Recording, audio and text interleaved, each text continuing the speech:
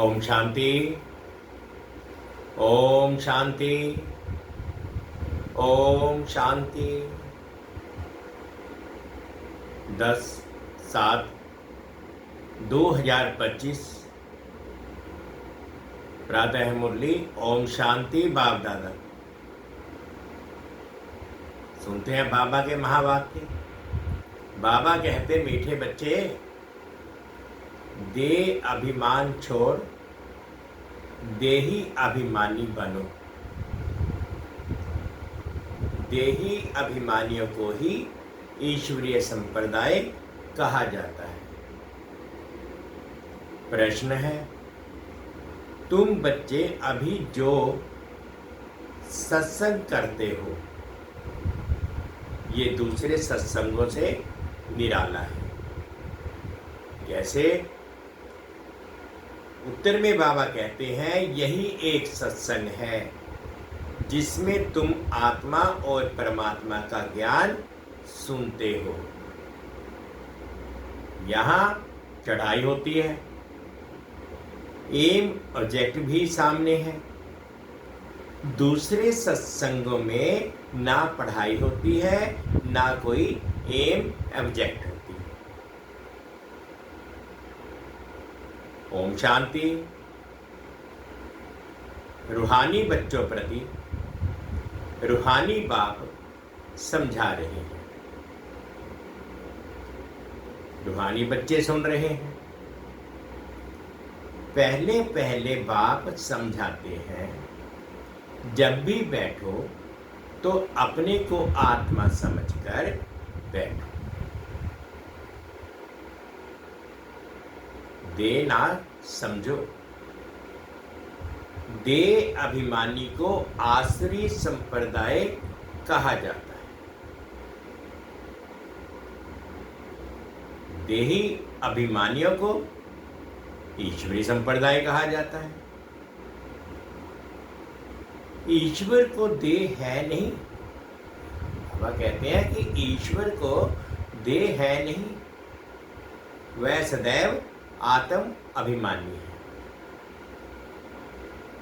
वह है सुप्रीम आत्मा। बाबा कहते हैं वह है सुप्रीम आत्मा, सभी आत्माओं का बाप,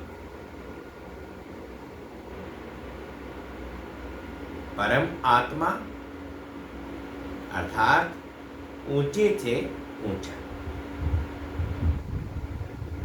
भगवान कहते हैं तो बुद्धि में आता है। निराकार लिंग की पूजा भी होती है। ये है परमात्मा, यानी सभी आत्माओं से ऊंच। वह भी आत्मा, परंतु ऊंच आत्मा। वह जन्म मरण में नहीं आता। वह जन्म मरण में नहीं आते हैं। बाकी सब पुनर्जन्म लेते हैं और सभी है रचना। रास्ता तो एक ही बाप है। ब्रह्मा विष्णु शंकर भी रचना है। मनुष्य सृष्टि भी सारी है रचना। रचता को बाप कहा जाता है। पुरुष को भी रचता कहा जाता है। स्त्री को एडॉप्ट करते हैं, फिर उनसे क्रिएट करते हैं, पालना करते हैं, बस विनाश नहीं करते। और जो धर्म स्थापक होते हैं वह भी क्रिएट करते हैं, फिर उनकी पालना करते हैं, विनाश कोई भी नहीं करते।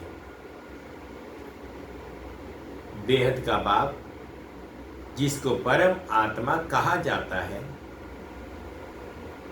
जैसे आत्मा का रूप बिंदी है, वैसे ही परम पिता परमात्मा का भी रूप बिंदी है। बाकी इतना बड़ा लिंग तो होता नहीं है जो बनाते हैं, वह सब भक्ति मार्ग में पूजा के कारण। बिंदी की पूजा कैसे हो सकती है? भारत में रुद्र यज्ञ रचते हैं, मिट्टी का शिवलिंग और शालिग्राम बनाकर फिर उनकी पूजा करते हैं। उनको रुद्र यज्ञ कहा जाता है। वास्तव में असली नाम है राजसव अश्वमेघ अविनाशी रुद्र गीता ज्ञान यज्ञ, जो शास्त्रों में भी लिखा हुआ है। अब बाप बच्चों को कहते हैं अपने को आत्मा समझो, और जो भी सत्संग है उसमें आत्मा या परमात्मा का ज्ञान कोई में है, ज्ञान ना कोई में है और ना कोई दे सकते हैं। वहां तो कोई एम जब होती नहीं। तुम बच्चे तो अपनी पढ़ाई पढ़ रहे हो। तुम जानते हो आत्मा शरीर में प्रवेश करती है। आत्मा अविनाशी है, शरीर विनाशी है। शरीर द्वारा पाठ बजाती है। आत्मा तो अशरीरी है ना। कहते भी हैं नंगे आए नंगे जाना है। शरीर धारण किया, फिर शरीर छोड़कर नंगे जाना है। ये बाप तुम बच्चों को ही बैठ समझाते हैं। ये भी बच्चे जानते हैं। भारत में सतयुग था तो देवी देवताओं का राज्य था, एक ही धर्म था। ये भी भारतवासी नहीं जानते। आपको जिसने नहीं जाना उसने कुछ नहीं जाना। प्राचीन ऋषि मुनि भी कहते थे हम रचता और रचना को नहीं जानते हैं। रचयिता है भेद का बाप, वही रचना के आदि मध्यांत को जानते हैं। आदि कहा जाता है शुरू को, मध्य बीच को। आदि है सतयुग जिसको दिन कहा जाता है, फिर मध्य से अंत तक है रात। दिन है सतयुग त्रेता, स्वर्ग है वंडरावंड। भारत ही स्वर्ग था जिसमें लक्ष्मी नारायण राज्य करते थे। ये भारतवासी नहीं जानते। बाप अभी स्वर्ग की स्थापना कर रहे हैं। बाप कहते हैं अपने को आत्मा समझो। हम फर्स्ट क्लास आत्मा हैं। इस समय मनुष्य मात्र सब देह अभिमानी है। बाप आत्म अभिमानी बनाते हैं। आत्मा क्या चीज है ये भी बाप बतलाते हैं।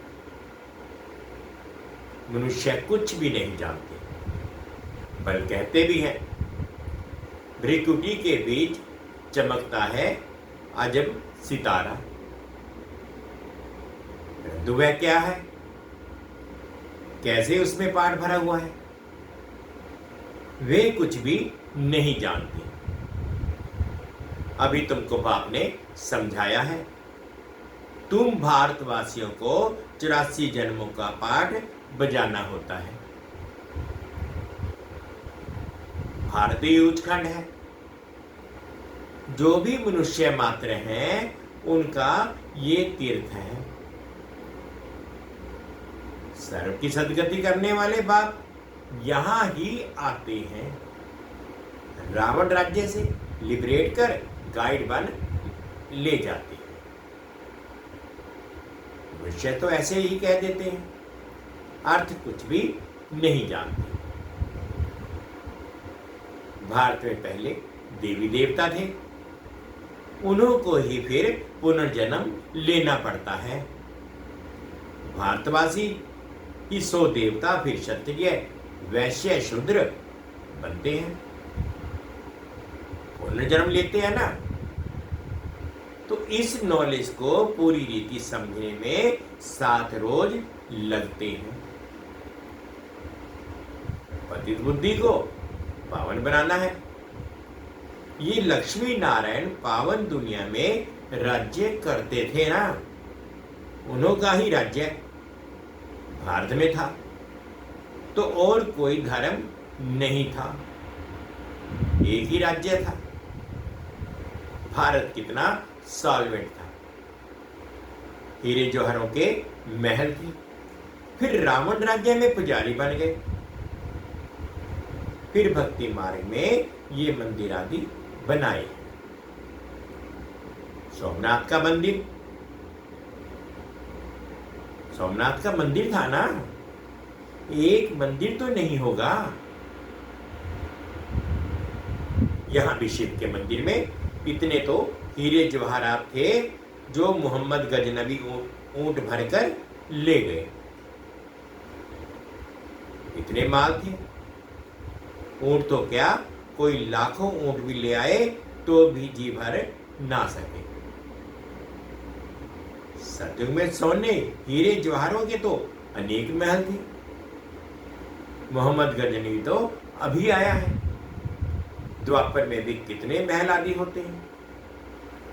वह फिर अर्थक्वेक में अंदर चले जाते हैं। रावण की कोई सोने की लंका होती नहीं है। रावण राज्य में तो भारत का ये हाल हो जाता है। 100%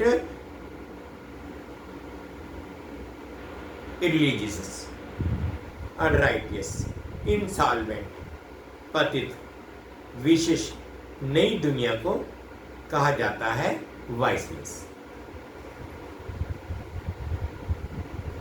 भारत शिवालय था,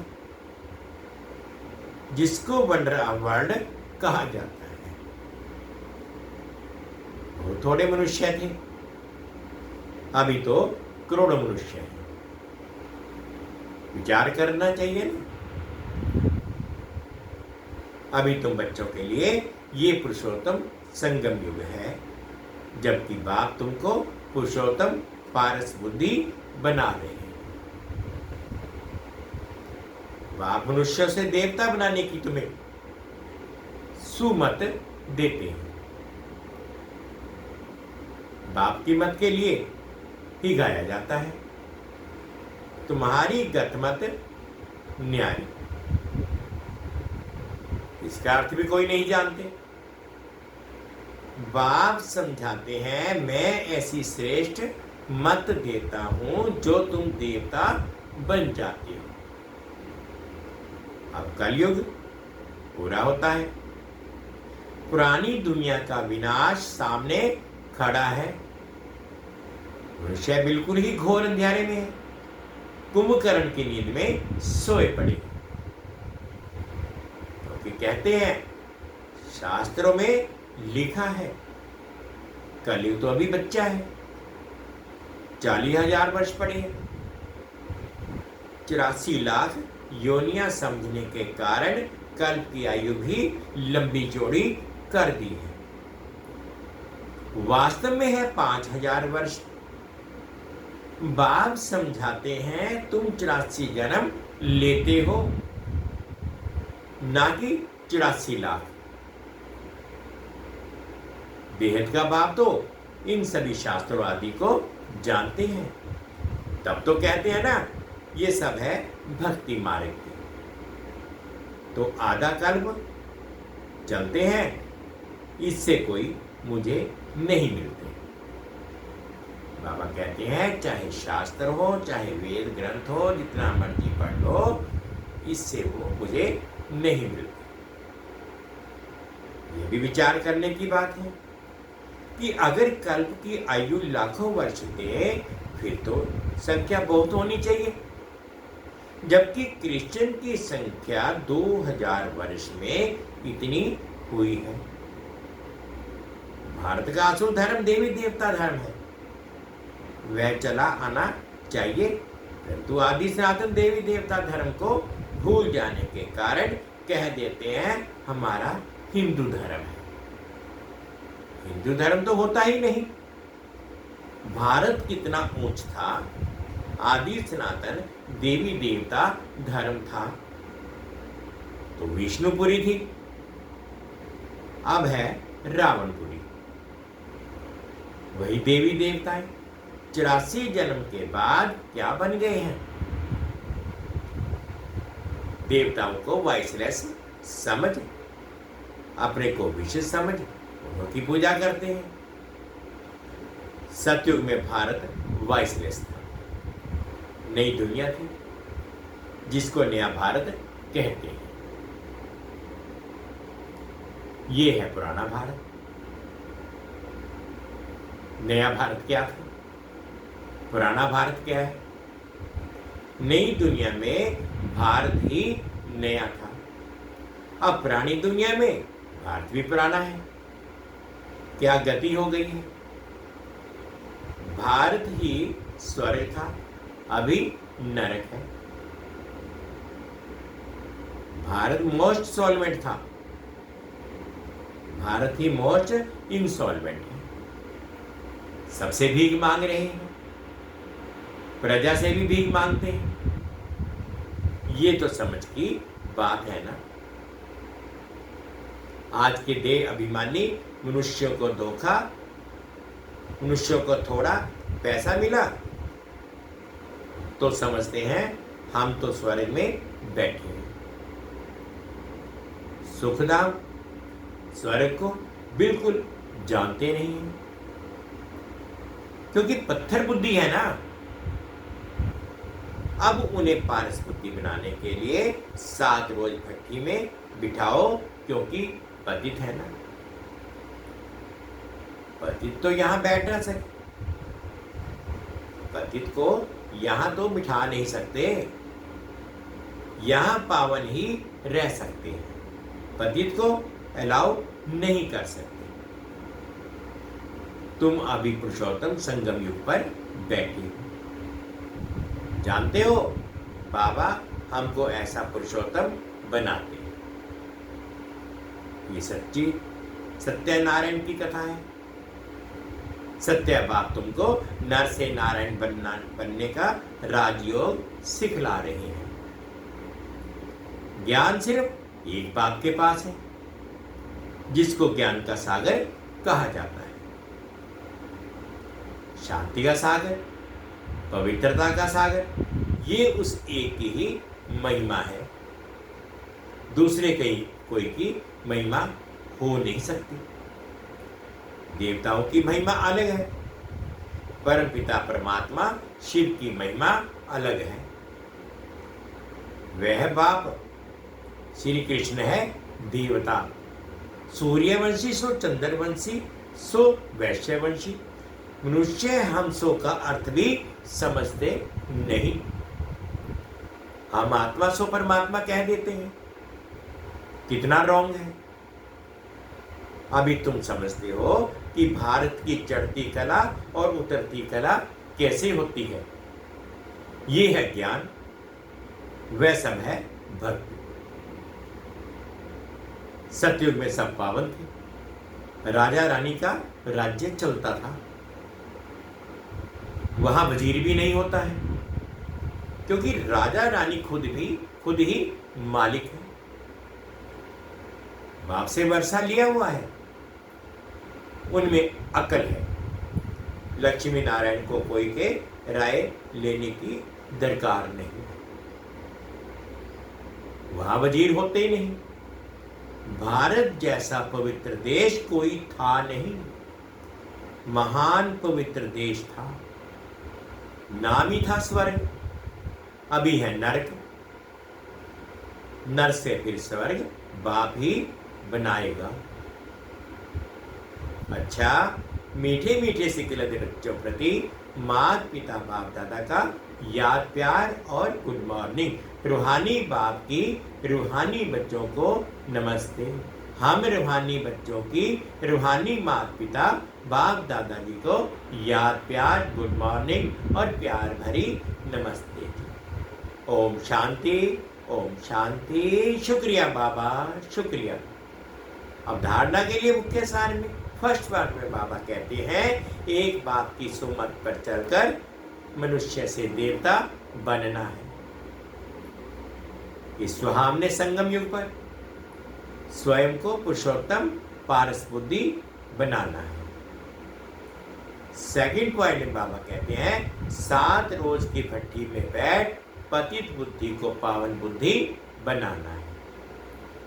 सत्य बाप से सत्य नारायण की सच्ची कथा सुन नर से नारायण बनना है। आज का बाबा ने मीठा मीठा वरदान दिया, अनुभव करेंगे। हर खजाने को बाप के डायरेक्शन प्रमाण कार्य में लगाने वाले ऑनेस्ट व ईमानदार भव। हर खजाने को बाप के डायरेक्शन प्रमाण कार्य में लगाने वाले ऑनेस्ट व ईमानदार भव। ऑनेस्ट अर्थात ईमानदार उसे कहा जाता है जो बाप के प्राप्त खजानों को बाप के डायरेक्शन बिना किसी भी कार्य में नहीं लगावे। अगर समय, वाणी, कर्म, श्वास व संकल्प पर मत या संग दोष में व्यर्थ धर्म गंवाते हो, स्वचिंतन के बजाय पर चिंतन करते हो, स्वमान की बजाय किसी भी प्रकार के अभिमान में आते हो, श्रीमत के बदले मन मत के आधार पर चलते हो, तो ऑनेस्ट नहीं कहेंगे। ये सब खजाने विश्व कल्याण के लिए मिले हैं, तो उसी में ही लगाना है। यही है, सही है, उसी में ही लगाना, यही है ऑनेस्ट बनना। स्लोगन है, अपोजिशन माया से करनी है, दैवी प्रभाव से नहीं। अपोजिशन माया से करनी है, दैवी प्रभाव से नहीं। अव्यक्त इशारे हैं, संकल्पों की शक्ति जमा कर श्रेष्ठ सेवा के निमित्त बनो। सभी आत्माएं एक ही बेहद का परिवार है। अपने परिवार की कोई भी आत्मा वरदान से वंचित ना रह जाए, ऐसे उमंग उत्साह का श्रेष्ठ संकल्प दिल में सदा रहे। अपनी प्रवृत्तियों में ही बिजी नहीं रहना,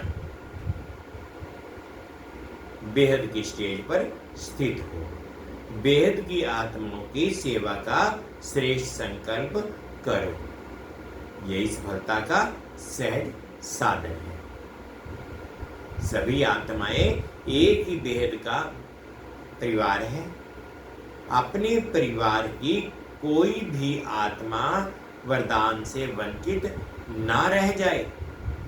ऐसे उमंग उत्साह का श्रेष्ठ संकल्प दिल में सदा रहे।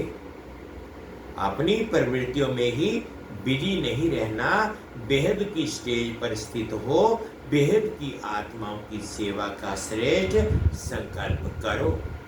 यही सफलता का सहज साधन है। मीठे बच्चे, दे अभिमान छोड़ देही अभिमानी बनो। देही अभिमानियों को ही ईश्वरीय संप्रदाय कहा जाता है। ओम शांति, ओम शांति। शुक्रिया बाबा, शुक्रिया। 2 मिनट के लिए बाबा की याद।